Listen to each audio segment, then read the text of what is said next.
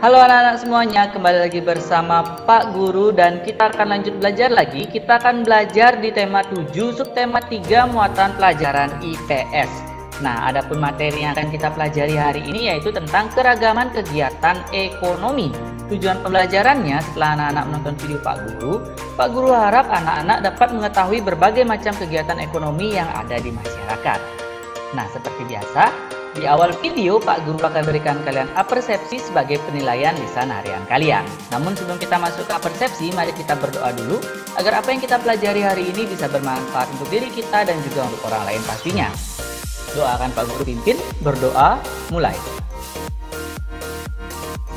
Berdoa selesai, ya anak-anak silakan dipersiapkan buku pena jilid 4C kalian, mata pelajaran IPS di subtema 3. Lalu siapkan juga buku latihan dan juga buku catatan kalian, karena nanti kita latihannya membuat di buku latihan dan juga kalian perlu mencatat hal-hal yang penting, silahkan catat di buku catatan kalian. Nah, soal persepsinya, sebutkanlah macam-macam kegiatan ekonomi yang ada di pesisir pantai. Nah, Pak Guru ulangi ya, sebutkanlah macam-macam kegiatan ekonomi yang ada di pesisir pantai. Jika kalian sudah tahu, silakan WA Pak Guru via Japri atau kalian catat dulu di buku catatan, nanti dikirim beserta tugas-tugas kalian. Nah, kita akan masuk ke materi yang pertama, yaitu tentang menjelaskan keragaman kegiatan ekonomi di masyarakat. Anak-anak sekalian, masyarakat itu melakukan kegiatan ekonomi untuk memenuhi kebutuhan hidupnya. Kegiatan ekonomi yang dilakukan masyarakat disesuaikan dengan kondisi alamnya. Ingat ya anak-anak ya, kegiatan ekonomi untuk memenuhi kebutuhan hidup dan juga harus disesuaikan dengan kondisi alam.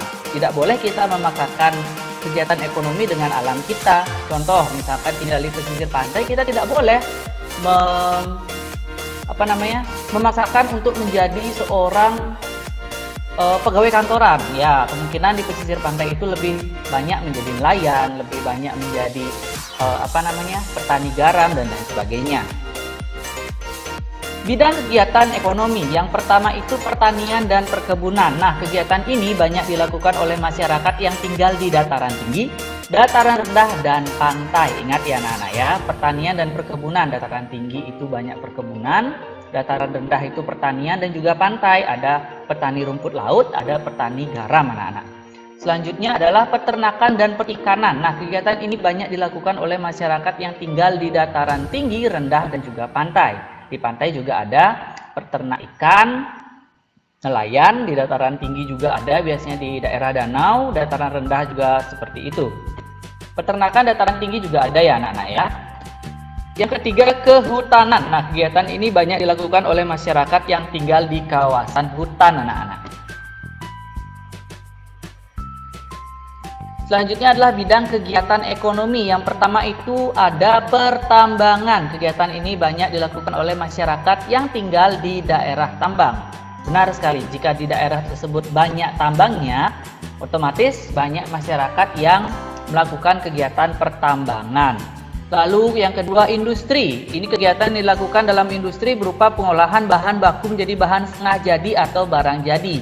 Biasanya industri ini terdapat di perkotaan ya anak-anak ya. Industri baja, industri logam, dan lain sebagainya.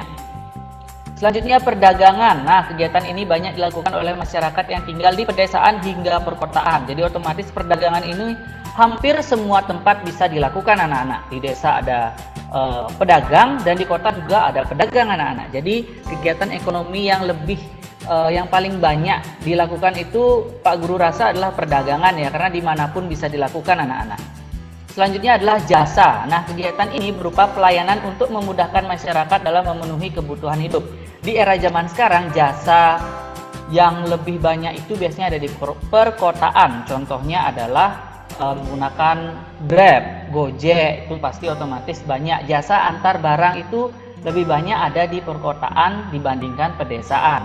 Namun di pedesaan pun juga banyak yang menawarkan jasa. Contohnya adalah pekerjaan seperti menjadi guru, menjadi dokter, menjadi polisi. Jadi semua pekerjaan yang bidang jasa itu memang ada di pedesaan, tapi untuk era sekarang itu lebih cenderung banyak jika di perkotaan. Contohnya adalah tadi jasa antar kirim seperti Grab, Gojek, dan lain sebagainya. Jadi namun ingat, di pedesaan pun tidak kalah banyak ya anak-anak ya. Menjadi guru, menjadi polisi, menjadi dokter itu pun merupakan kegiatan ekonomi yang melayani atau menggunakan jasanya anak-anak. Selanjutnya adalah mari kita lihat beberapa gambar berikut ini. Nah, ini gambar yang pertama adalah kegiatan ekonomi berdagang. Pedagang ya anak-anak ya. Lihat, ada pedagang sayur. Jadi ini dari desa sampai kota pun ada orang yang berdagang ini. Jadi kegiatan ekonomi perdagangan itu dimanapun bisa dilakukan. Selanjutnya yang kedua, ini merupakan gambar tentang kegiatan ekonomi yang menyediakan jasa anak-anak. Seorang guru ya.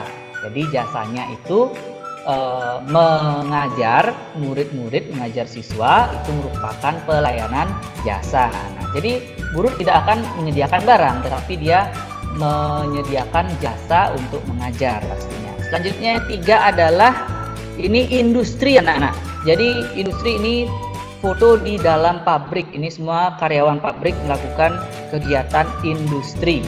Nah, selanjutnya adalah yang keempat, pertambangan. Ini merupakan pertambangan pasir anak-anak. Jadi ini kegiatan ekonomi yang dilakukan di daerah tambang. Ya, sekian dulu video Pak Guru untuk hari ini. Kita akan masuk ke berlatih anak-anak. Ya, latihan ini akan Pak Guru masukkan ke dalam penilaian tugas kalian, dan silakan buatlah sebuah rangkuman tentang 3 jenis kegiatan ekonomi yang ada di daerah tempat tinggal kalian. Di mana tempat tinggal kalian, coba dipikirkan dulu. Coba cari 3 jenis kegiatan ekonomi. Lalu buatlah rangkumannya, buatlah penjelasannya anak-anak. Yang singkat-singkat saja, satu kegiatan ekonomi bisa dijadikan satu paragraf saja minimal, atau jika lebih bisa dirangkum lebih dalam lagi, lebih baik. Selanjutnya kerjakan pada buku latihan kalian, dan jika sudah selesai kirimkan hasil pekerjaan ke WA Guru Wali. Dan tidak henti-hentinya Pak Guru berikan kalian nasihat. Jagalah kebersihan kalian, jaga kesehatan, cuci tangan pakai sabun dan gelas dengan air mengalir, pakai masker jika kalian harus beraktivitas di luar rumah, dan ingat, jaga kesehatan kalian dan jaga kesehatan orang-orang yang kalian cintai. Sekian dulu video Pak Guru untuk hari ini, kita akan bertemu di video berikutnya. Sampai jumpa, bye-bye.